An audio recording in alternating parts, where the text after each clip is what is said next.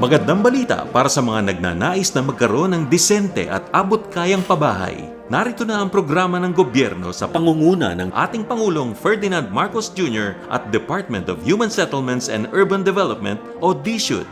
Ang tawag sa programang ito ay ang Pambansang Pabahay para sa Pilipino o 4PH Program sa pamumuno ni Secretary Rizalino Jerry Acusar. Ang layunin nito ay matugunan ang milyong-milyong kakulangan sa pabahay sa pamamagitan ng in-city relocation.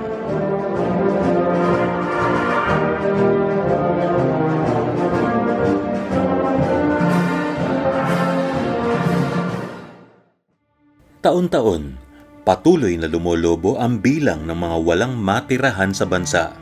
Nananatiling lugmok ang buhay ng marami sa ating mga kababayan dahil sa lumalalang problema sa pabahay. Nag-aalala kung may ligtas at komportableng masisilungan sa tuwing matatapos ang mahabang araw ng pagsasakripisyo para sa pamilya. Sa pinakahuling tala, 6.5 million housing units ang pangangailangan sa bansa. Para sa iba, wala ng pag-asa.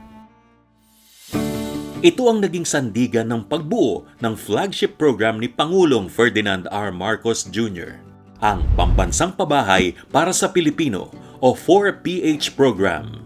Layo ng programa na tugunan ang pangangailangan sa pabahay sa bansa, lalong-lalo na para sa mga higit na nangangailangan, ang mga maralita nating kababayan. Sa pangunguna ng Department of Human Settlements and Urban Development, kasama ang key shelter agencies, local government units, government financial institutions at private sector, tutugunan ang dalawang pangunahing balakid sa sektor ng pabahay: affordability at access to fund. Sa ilalim ng Pambansang Pabahay, prioridad ng Administrasyong Marcos Jr. ang lahat ng Pilipino na nais magkabahay, lalo na ang urban poor, informal settler families, informal sectors, minimum wage earners, gayon din ang government employees, overseas Filipino workers, TNVS at PUV drivers at operators. Bilang panimula, papasok ang local o provincial LGU sa isang kasunduan o Memorandum of Understanding sa DHSUD.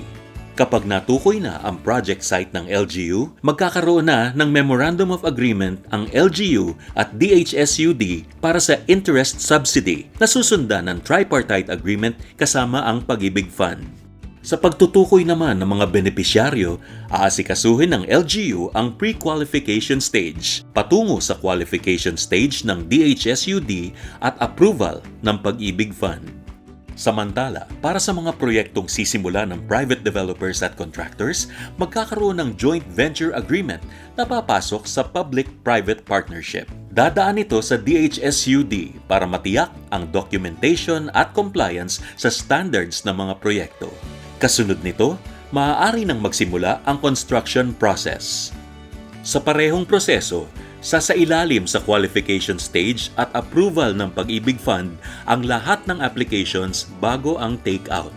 Narito ang kompletong checklist para sa local government units: letters of intent from LGU and developer, latest tax declaration, clear copy of OCT, TCT, free from liens, not for conversion, not agricultural free patent, not CLOA title, not under lis pendens litigation, zoning classification as residential, vicinity map, SB resolutions, bipartite, tripartite, clearances, location, DAR, environmental compliance certificate, LGU housing project proposal, conceptual design, site development plan, project profile of previous housing projects. Para naman sa mga proyektong sisimulan gamit ang privately owned land, narito ang listahan ng mga requirements: company, organization profile, proof of existence, resume, key officers, directors,